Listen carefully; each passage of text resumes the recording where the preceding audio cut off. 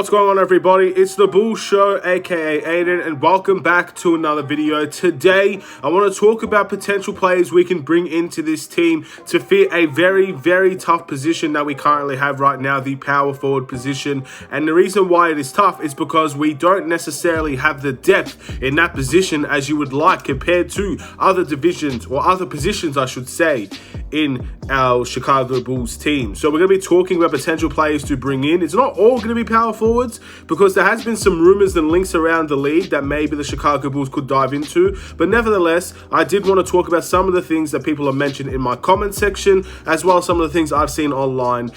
These are by all means not news related. This is definitely a rumor video at best, and it's more of an opinion based video as well. So don't keep this, or don't look at this as the news for the Chicago Bulls. It's far from that. But before we get started, please like and subscribe to the Bull Show, turn notifications on, and let me know in the comments below your thoughts about all these players I'll be mentioning in this video. There is quite a few of them, so I won't be spending a long time on every single person on this video, but I do feel like, again, we do have a couple of days off until Philly. I feel like this is the perfect time to make a video like this, especially because so many people have been bringing me suggestions in the comments below and continue to do so in this video. First off, let's start with, I think, a player that has been linked to the Chicago Bulls and someone that I believe wants out of his own team right now, and his name is Bobo. Again, I have a weird accent, so I don't know if I said that right, but nevertheless, he plays for the Denver Nuggets, and it looks like he wants out of Denver. I haven't seen him get a whole lot of game time over in Denver, so I think that does make sense for his own career, and it looks like maybe the Chicago Bulls could be an option. I saw this from Instagram, so Instagram, if you all know, is not the best source when it comes to the Bulls related news, especially those random pages, but at the end of the day, that is definitely something that could be very intriguing. We are the easy link when it comes to Denver Nuggets players because of our tourists, pretty much. It's a very easy link to give, so I don't know the credibility, and I don't think the credibility is very high, but he does fix an issue in size and rebounding, and maybe he could play at the 4 position. He does seem to be a player that has a lot of potential on his side, and I think many people like the player, so there could be potential there to bring him into the Chicago Bulls team, and let's see what we could do with a player like him on this team. It's a pretty interesting one, and again, we are the easy link because he wants out of Denver, and we've had Arturis, who's formerly works for Denver, kind of be obviously linked to a lot of Denver Nuggets players. The same thing happened with Michael Porter Jr. before he got his large contract. We were linked to him. We're going to be linked to a lot of players. We were even linked to Nikola Jokic at one stage as well, which is something that I don't see happening anytime soon if it ever does happen. So there you go. We are linked to a lot of Denver Nuggets players, and I think it does make sense. Denver's a great team. Of course, we would want their players if they're available, but I'm not really sure about the credibility of that one.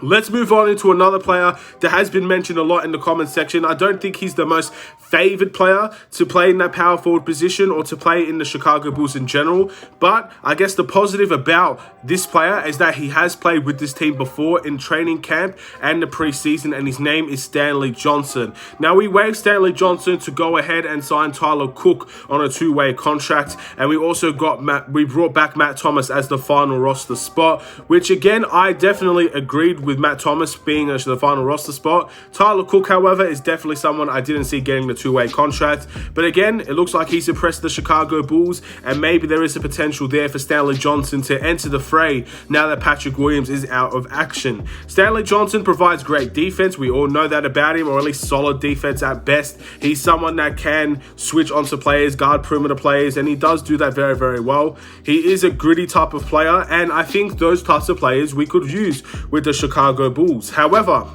I do feel like the fact that we waived him speaks volumes as to where Stanley Johnson currently is at the NBA career, and not to mention that there are not many teams knocking down on his door to try and sign him up. So I'm not really sure what the future of Stanley Johnson holds. He wasn't very good for the Detroit Pistons, and it doesn't look like the Raptors are going to be calling him anytime soon, either the 2 former teams that he played for. And the Chicago Bulls right now, with a power forward crisis in many ways, I guess the easy option is to go for Stanley Johnson.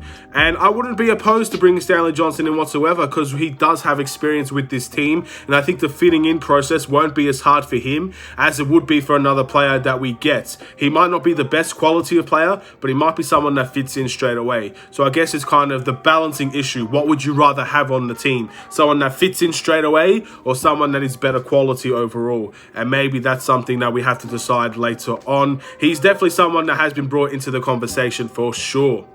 Moving into more players, ladies and gentlemen, I want to talk about a player that we once had on the Chicago Bulls and we no longer have anymore. And I think many people have been regretting the fact that we let him go. And we could be a much better team if he does end up leaving the team he's currently on. And that is Thaddeus Young. Thaddeus Young was a Chicago Bulls player last year. He had a great season under our team. He had fantastic assist numbers. His scoring wasn't the best, but in my opinion, he had his best year in the NBA last season for our team, coming off of the bench, which was fantastic to see. There was times where he started, most of the time he was coming off the bench, but the one thing that we preached about Thaddeus Young was he was consistent and he did everything for this team that we asked for him to do. So there's no question after what we saw last year from Thaddeus Young that many people would be absolutely buzzing if we got Thaddeus Young to return to the Chicago Bulls. Now, I don't think we could trade for Thaddeus Young. I'm not sure about the rules, considering we were kind of the one that gave him up in a sign and trade. I'm not sure if we could just trade for him back straight up. I believe the only way we could get Thaddeus Young is through him getting bought out, and then we could potentially sign him from there. But I'm not sure. The rules could definitely change, or maybe I am wrong in general. The whole Thaddeus Young situation is the most confusing thing in the world to me. So many people will probably know a little bit more about that situation than me, and that's why, if you do, let me know in the comments below, how can we get Thaddeus Young? What are the options available for us to pursue Thaddeus Young, and is it possible to do this season? Because that's something I'm very intrigued in, because in my opinion, I pretty much think Thaddeus Young's the best option that we have. I absolutely loved Thaddeus Young last year, and I'd rather go with the player that I know over players that may be better overall in the future, if we're looking at the future, but might not be as good now. I think Thaddeus Young is probably the best you could get at the power forward position at this point in time, which is someone that I really want to see return to the Chicago Bulls. We'll wait and see if that's the case. We'll wait and see if it can happen. I think it's a huge loss that he's gone, and obviously now that Patrick Williams is out, the power forward position is definitely something that we need. And if Thaddeus Young gets bought out from the Spurs, which could potentially be the case, maybe there's a conversation to be had in relation to Thaddeus Young. I think there have been ongoing arguments between Thaddeus Young's family and the Spurs, so keep your eyes out on that, and let's see if there's any potential outcomes that arise from Thaddeus Young. Another player that I want to talk about is Marvin Bagley from the Sacramento Kings. There's so many people in the comment section wanting me to talk about Marvin Bagley. So many people in the comment section that are saying, let's get Marvin Bagley.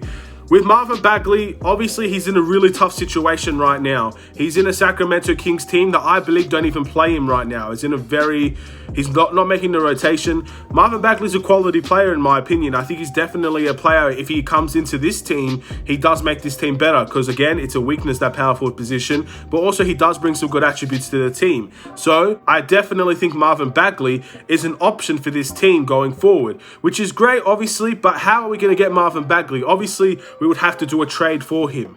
Now, many people have been putting Kobe White in trade scenarios for Marvin Bagley.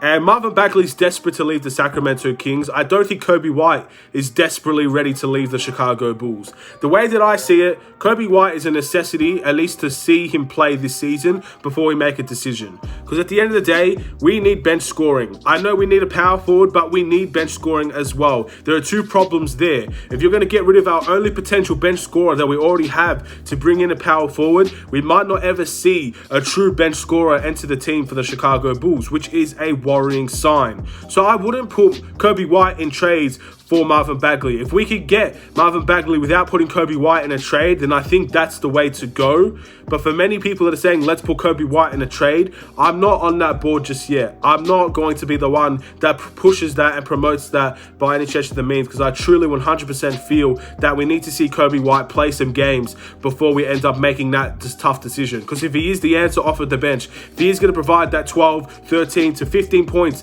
like he did in his first season as a Bull, coming off of the bench every single game, he averaged 13 points per game. We desperately could use 13 points per game right now off of that bench. That is fantastic to see if we can see that from Kobe White. So that's something that we need to be very aware of. Keep that in mind when we're talking about trades, because that bench scoring is absolutely vital in my opinion, and he's definitely someone that I think can provide that in a nutshell. We could get Marvin Bagley. In my opinion, the longer that we wait for Marvin Bagley, it's probably better, because the more time that goes by, the more arguments, the more talking about Marvin Bagley's camp and the Sacramento Kings camp. They're going to continue to be arguing with each other, and eventually the Sacramento Kings are going to have to cave, otherwise they walk away with nothing in this situation. And I know Sacramento, I don't think they're stupid enough to get nothing for Marvin Bagley, so they're going to have to cave eventually. The question is, which team is going to end up getting over the line to trade for a player like Marvin Bagley? That's the question right now. And we are in the conversation, so we have to wait and see how that conversation goes overall. He is a top quality player in my opinion. He's not someone that's had a terrific start to his NBA career, but he is someone in the conversation as could be a player on the right team that can excel. And that's exactly what I think this team could potentially be for him. And the last player that I want to talk about is James Ennis. I don't believe James Ennis has a team, but again, more people in the comment section are just saying, let's bring in James Ennis, because he does a lot of the dirty work. He is someone that has improved defensive capabilities, and he could definitely make some shots for this team, which is great to see. And James Ennis is a bit of an interesting one. I did make a video about James Ennis months ago for this team.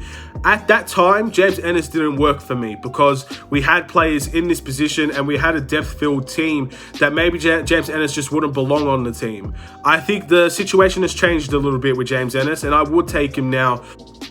I think he does provide that hustle, the energy, and the ability to make shots for this team. And again, someone that comes off of the bench and can be able to do that consistently. Also potentially start for this team at times as well, depending on the rotation, the lineup that's needed. James Ennis would be a welcome addition in my opinion. But again, so many options and not enough to choose from. We could pretty much only have one of these players, ladies and gentlemen. So let me know in the comments below your thoughts about all the players I've mentioned. Obviously, we still haven't mentioned players like, DeMarcus Cousins still doesn't have a team yet. Is that something that any team's going to pursue? Is it going to be the Bulls? Is it going to be any other team? We have to wait and see about that. There are so many players out there. There are so many players that could potentially get this roster spot in terms of the power forward position. And maybe, just maybe, we could just bring up Tyler Cook, which is something that I've also heard could be the case. The reality is, who really knows about this position? And we're going to have to wait and see. Let me know in the comments below your thoughts about all the players that I've mentioned, as I said before. And feel free to add more suggestions to the video. And if we get enough players that potentially could make a second part to this video, I'll be more than happy to do it down the road. Thank you for watching. Please like and subscribe if you're new. Have a wonderful and safe day, Bulls Nation. I'll see you in another Chicago Bulls video. Stay safe, stay healthy, stay tuned for more. Take care and peace.